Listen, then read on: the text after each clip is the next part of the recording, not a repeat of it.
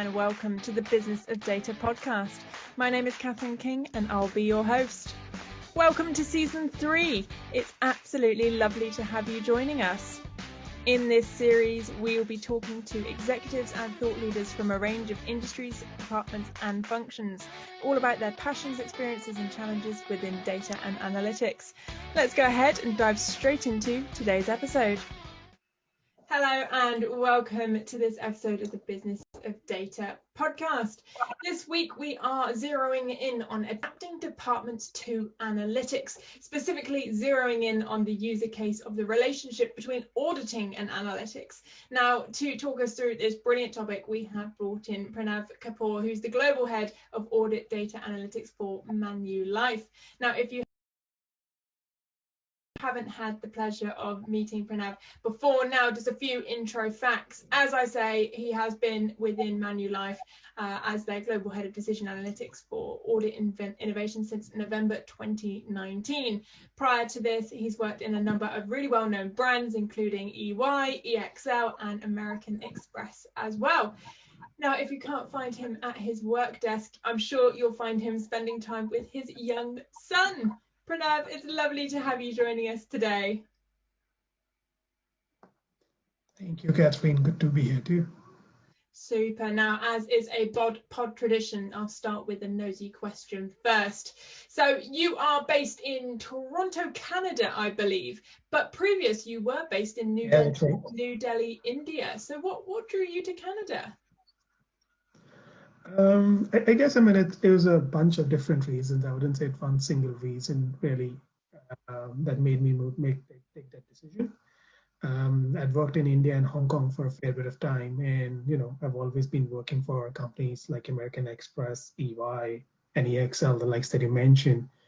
And I just wanted to make sure that I did get to have some Western professional experience. It's always been offsite based in India. And the opportunity from Canada came knocking, so I just couldn't say no. And Canada seemed to be the best place to be right now with its different cultures all blending in together. Absolutely fantastic. I love that. Seizing the opportunity. What a great way to start out the podcast with such a great theme. And I know we have so many different people that listen and tune into the podcast every week, and I know there's going to be a certain number of parents. So how have you been keeping your young son occupied during the COVID era? Yeah, no, that's a fairly interesting question. I think I should say that our son keeps both me and my wife occupied. I think that happens 24/7, and generally, it's a typical day looks like. His school starts. My wife, fortunately, helps me a lot with these things, and she's been able to take care of his studies. In the evenings, we take him out to the park so that he can get some fresh air still.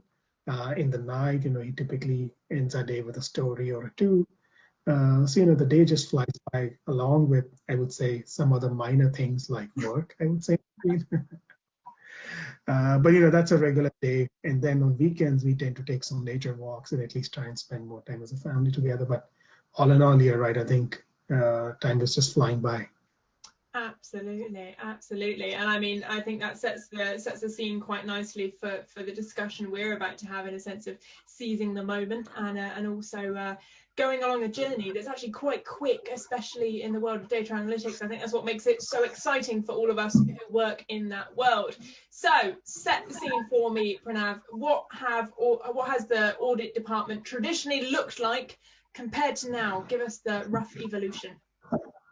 Yeah, that's a great question. Comes at a great time too. I think internal audit is, I would say at its flux at the moment across the globe. Internal audit function is one of the most critical functions, as you would imagine, in any organization, right? They are the ones who keep the risk in check, and they're the ones responsible for going back to the business and even telling them how things are at, right? Internal audit is always being involving in looking at the risk that come into a digital world right now. There's so many changes happening at any point in time. Internal audit department now have been leveraging a lot on the power of analytics.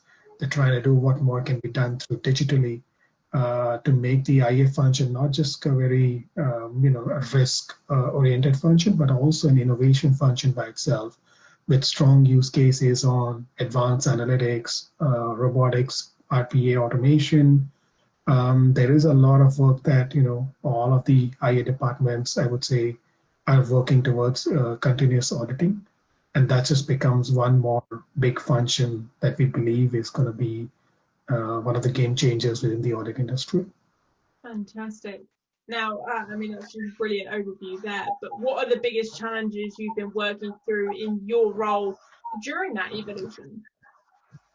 Yeah, that's a great question too. The IA teams that I work for, they've always had a very strong innovation culture, and they've always brought new ways of working to the processes, with the changing world and the changing ways of business that's being there.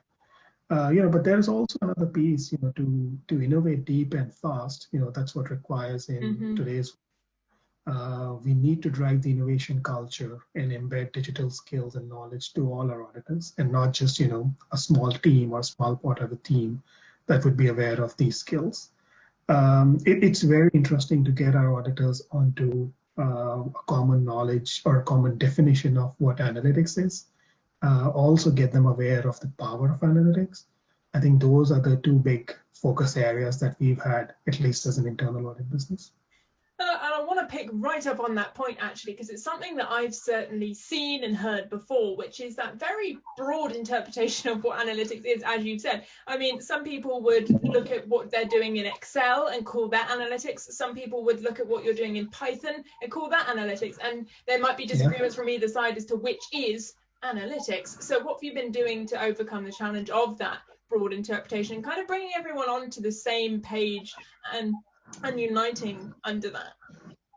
Now that's one of the big things that's always been the case. And I wouldn't say it's just I think you rightly said it's probably an industry-wide phenomena rather than just particular team phenomena, because analytics by itself is so broad brush that everything can be rolled up under the carpet there, or you could really get specific about it.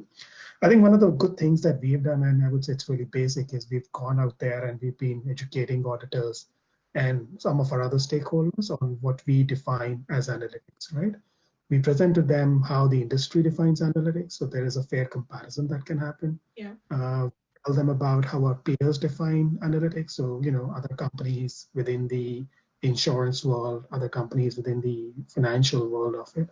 And we also help them with examples on how analytics has been used within our industry, right?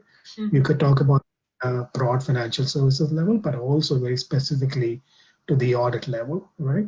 And then this has helped the auditors to come back with a clear vision of what analytics is, and at least for all of us to stand common to say this is how we would define analytics, and that